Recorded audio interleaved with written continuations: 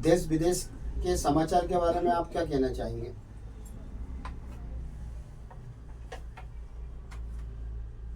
समूचे विश्व में अशांति का वातावरण, इजराइल, लेबनान, ईरान के बीच में युद्ध जारी है, महाविनाशक युद्ध जारी है और उससे बचने की कोई उम्मीद नहीं है वो कि युद्ध शांत हो जाए। वो तो महाविनाश के बाद ही कुछ शांति आएगी। जो शमशान की शांति होती है वो शांति लाएगी। उधर रूस और यूक्रेन में भी बड़ा तनाव चल रहा है। दूसरी तरफ हम देखें तो उत्तर कोरिया और दक्षिण कोरिया में भी तनाव है। दूसरी तरफ चीन, ताइवान और अन्य क्षेत्रों पर भी अपना अधिकार करना चाह रहा। स्थिति बड़ी खराब है विश्व में जो, और मुझे तो ऐसा लगता है कि ईरान कहीं परमाणु बम का उपयोग न कर ले। बहुत घातक चीज है ये। यदि ये परमाणु बम का उपयोग कर लिया तो पूरे विश्व के लिए ये बड़ी दुर्भाग्यपूर्ण घटना हो। जो भी हो ये तो वक्त तो बताएगा कि क्या हो जाएगा, पर मिडिल ईस्ट में अब शांति रहने की कोई स्थिति नजर नहीं आ रही। सऊदी अरब राष्ट्र अलग हुआ है, 57 मुस्लिम राष्ट्र भी अब अपना एकजुट हो रहे हैं। उधर अमेरिका की स्थिति खराब हो रही है। अमेरिका को सऊदी अरब और मिडिल ईस्ट से भागना पड़ेगा ऐसा लग रहा है। इराक और तुर्की भी विरोध में, सीरिया में भी हंगामे हो रहे हैं। यानी देश में कोहराम मचा हुआ है, देश विदेश में कोई भी सुखी नहीं है। और इस घटना से लेकर पूरा मानव समाज उद्वेलित है, चिंता में है। अब ये क्या होगा, ये कब जो हमारे यहाँ जो इतने विस्फोट कर रहे हैं ये सारा हो रहा है, उससे पर्यावरण खराब हो रहा है, वातावरण प्रदूषित हो रहा है, बीमारियां फैलेगी, लाखों लोगों की मौतें हो चुकी है, कुछ तो लाशें सड़ी हुई स्थिति में भी है। तो एक महारोग जो महामारियां भी फैलने की संभावना है। आज एक बहुत मजेदार बात बताऊं आपको कि हमारे यहाँ चुनाव चल रहे हैं महाराष्ट्र और झारखंड, और मोदी जी नाइजीरिया पहुंच गए। नाइजीरिया के जो प्लेन से जैसे ही उतरे तो वहां पर उनका बड़ा भव्य स्वागत। और जो भारतीय मूल के लोग हैं वो मोदी जी का स्वागत करने पहुंचे, और वही जो पुरानी प्रश्न के मोदी मोदी मोदी मोदी के लादे। और जब मोदी जी वहाँ तो बालिकाओं का नृत्य देखने गए, जब नृत्य देख रहे तो उनको क्या क्या बातें सुनना पड़ी इस बारे में हम बता भी नहीं सकते। और बड़ी श्रमदायक स्थिति है कि मोदी और जो हमारा वहाँ का जो अपना भारत का जो दूतावास है वो मोदी जी की तारीफ कर रहा है, कि प्रशंसा कर रहा है कि देखिए मोदी जी की इतनी प्रशंसा। अरे भैया झूठी प्रशंसा मत करो, जो भी सच है वो बताओ ना। आपके कहने से कि मोदी का विश्व में डंका बज रहा है ऐसा नहीं होता है। कुछ तथ्य सामने भी आ जाते हैं। मीडिया से बात छुपाना बहुत मुश्किल काम है, चाहे मोदी मीडिया हो। मोदी मीडिया तो मोदी की प्रशंसा ही करता है और उनके बारे में कुछ भी नहीं बताता। और जो प्रायोजित कार्यक्रम किए जाते हैं ये मोदी सरकार के लिए और मोदी जी के लिए अति घातक। हम ये समझ, आप हर जगह जाते हो जहाँ पर प्रायोजित करते हो मोदी मोदी के वही नारे लगाते हो। 10 साल से हम ये सुनते आ रहे। ये झूठी बात अच्छी नहीं होती है।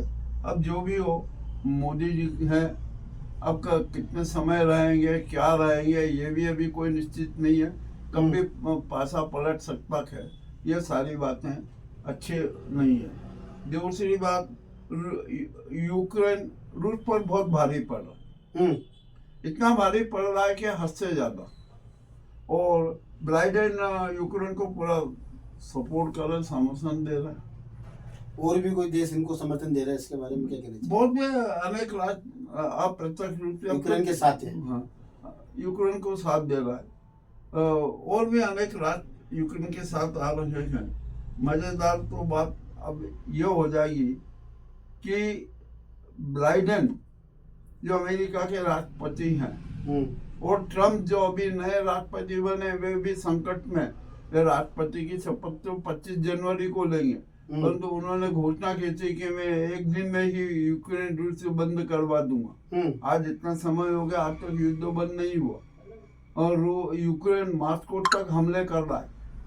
ये स्थिति बड़ी खतरनाक बनी हुई है।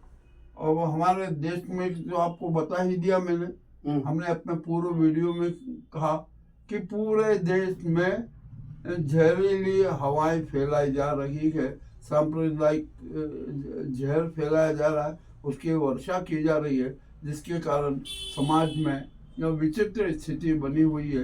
ये घृणा की राजनीति, जहर की राजनीति अच्छी नहीं है, यह बंद होना चाहिए। अब जहाँ तक अब हम आते हैं मध्य प्रदेश के बारे में, तो मध्य प्रदेश की स्थिति भी कोई अच्छी नहीं है। यहाँ पर भी बड़े विचित्र हो रहा है। अब यहाँ पर तो एक बड़ा नया खेल हो रहा है कि नई भाजपा और पुरानी भाजपा, इनमें बड़ा संघर्ष चल रहा है। और मुझे तो अब ऐसा लग रहा है कि जो भी कांग्रेसी भाजपाई हो गए थे, अब वे पुनः कांग्रेसी होने की बात कर रहे हैं, चाहे ज्योतिरादित्य सिंधिया हो, उनके समर्थक हों, और वे सब निश्चित ही किसी न किसी दिन कांग्रेस में शरीक हो गए। ऐसा क्या कारण है जो बीजेपी छोड़ के वापस देखिए, कांग्रेस में आना चाह रहे हैं? भाजपा में एक बड़ी वो है कि अपना स्वार्थ सिद्ध करने के लिए सबको महत्व दो, और स्वार्थ सिद्ध हो जाने के बाद में उनको दूध में से मक्खी की तरह निकाल कर फेंक दो। यही नीति चल रही है। आपने देखा पहले सिंधिया के साथ कितने लोग से घटते घटते अब साथ हो गए, और अब सिंधिया का भी कोई इतना महत्व नहीं। भाजपा ही उनका विरोध कर, भाजपा ही लोग कह रहे हैं सिंधिया ये कांग्रेस से किसी भी समय गद्दारी कर सकता है। जिसने कांग्रेस के साथ गद्दारी की तो वो हमारे साथ कैसे चुके। ये भी अभी धारणाएं चल रही है। अब मध्य प्रदेश का भाजपा प्रदेश अध्यक्ष कौन बनेगा, कैसे क्या होगा, उसकी क्या नीति होगी, यह भी नरोत्तम मिश्रा पर निर्भर। और अब मध्य प्रदेश की स्थिति भी कोई अच्छी नहीं है।